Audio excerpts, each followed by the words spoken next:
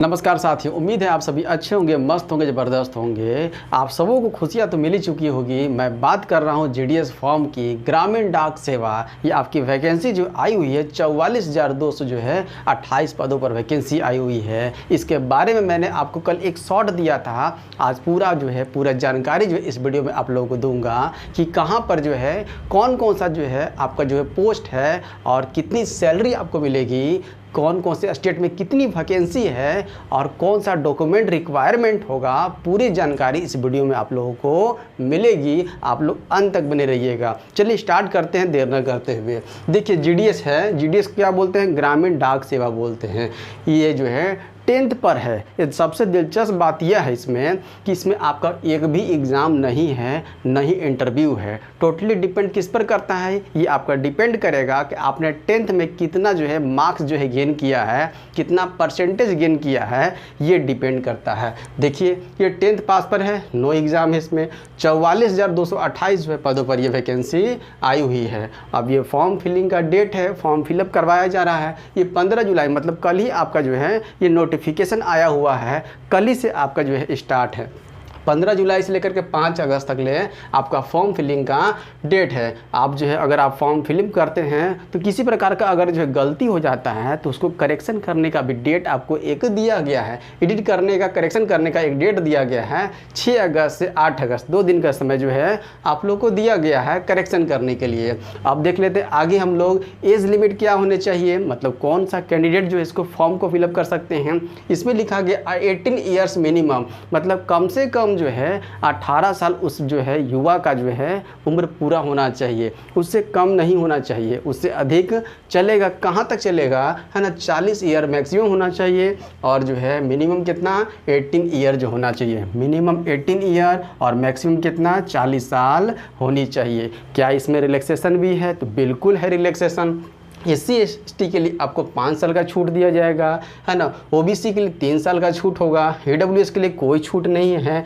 PWD मतलब होता है पर्सन विद जो है डिसेबिलिटी, मतलब किसी प्रकार का अगर डिसेबिलिटी होगा पर्सन में, उसके लिए जो है ये आपका 10 साल 10 साल का जो है छूट दिया जाएगा।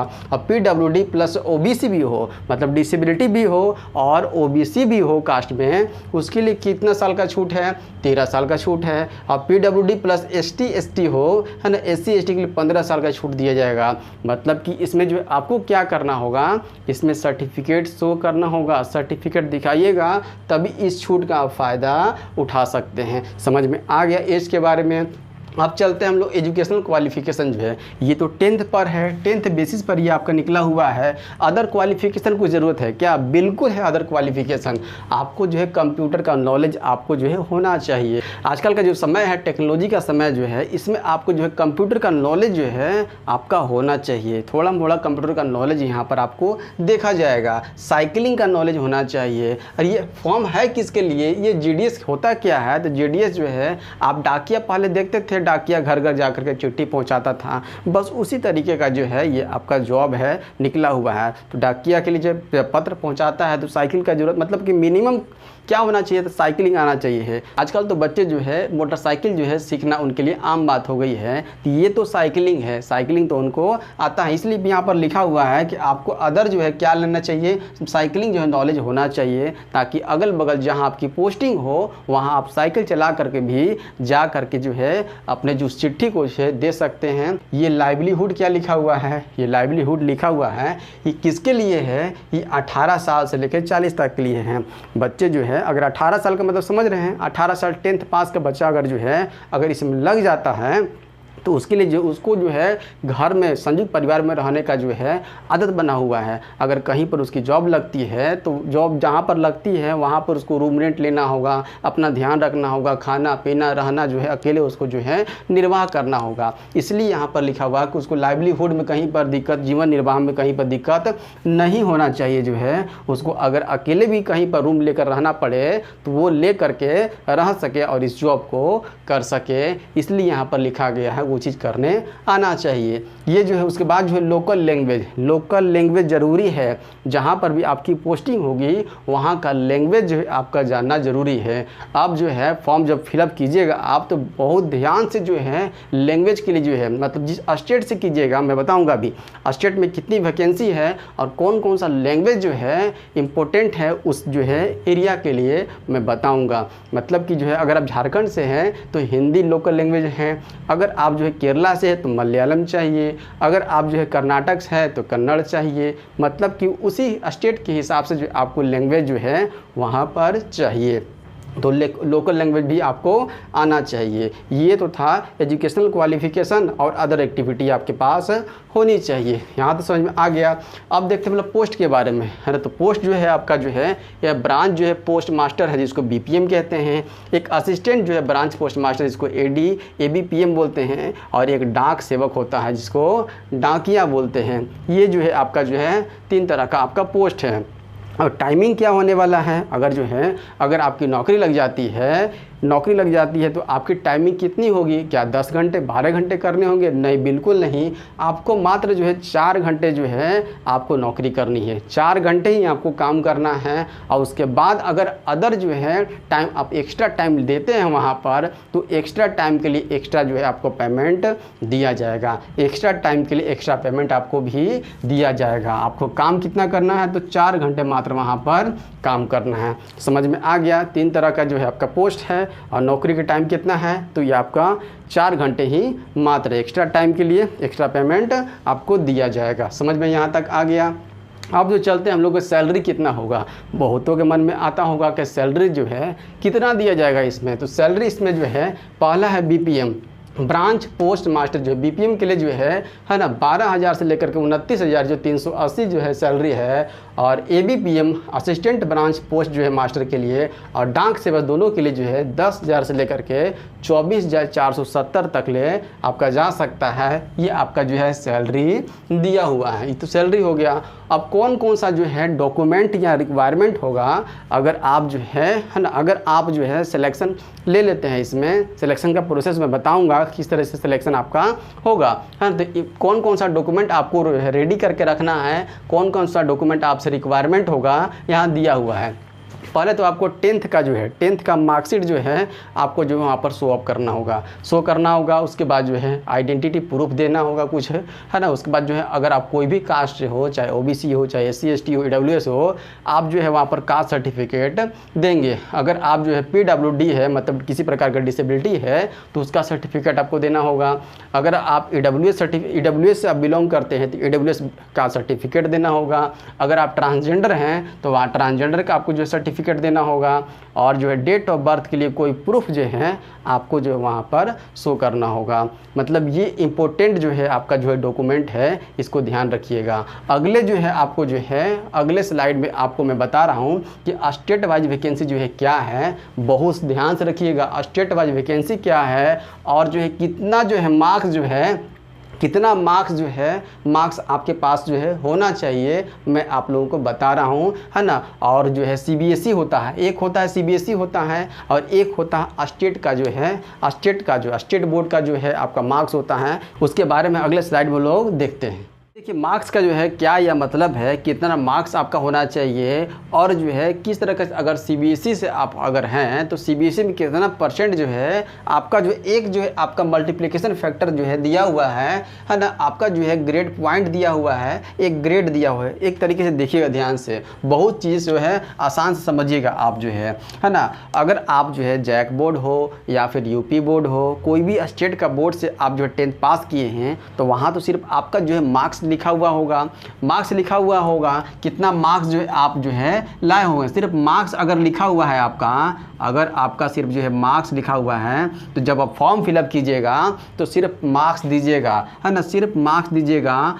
परसेंटेज जो है मत दीजिएगा। वहाँ पर अपने मन से परसेंटेज निकाल कर मत लिख दीजिएगा। अगर कोई भी आपका बोर्ड से हो, कोई भी स्टेट का बोर्ड से हो, अगर मार्क्स लिखा हुआ तो मार्क्स ही मेंशन करेंगे। और जो है ना जो CBSE से हैं, जो है ना CBSE से हैं तो CBSE में जो है ना CGPA जो है आपका जो है एक जो है क्या आता है तो आपका ग्रेड पॉइंट आता है ना। ग्रेड पॉइंट लिखा हुआ होता है कि 10 जो है 10 CGPA हुआ, 9 CGPA हुआ, 8 CGPA हुआ, 7 CGPA हुआ, इस तरह से लिखा हुआ रहता है। जो भी आपका आया हुआ है आप वो डाल देंगे, यहाँ पर जो है 10 डाल देंगे, 9 डाल देंगे, 8 डाल देंगे, 7 डाल देंगे, 6 डाल देंगे, जो भी आपका आया हुआ है CBSE में जो भी CGPA आपका मिला हुआ है वही उसी नंबर को आप डाल देंगे। अगर मान लीजिए है आपको मिला हुआ है 10 CGPA मिला हुआ है, ठीक है, 10 CGPA मिला हुआ है, मल्टीप्लिकेशन फैक्टर वाला लिखा हुआ है नोटिफिकेशन में आपको दिखने को मिल जाएगा।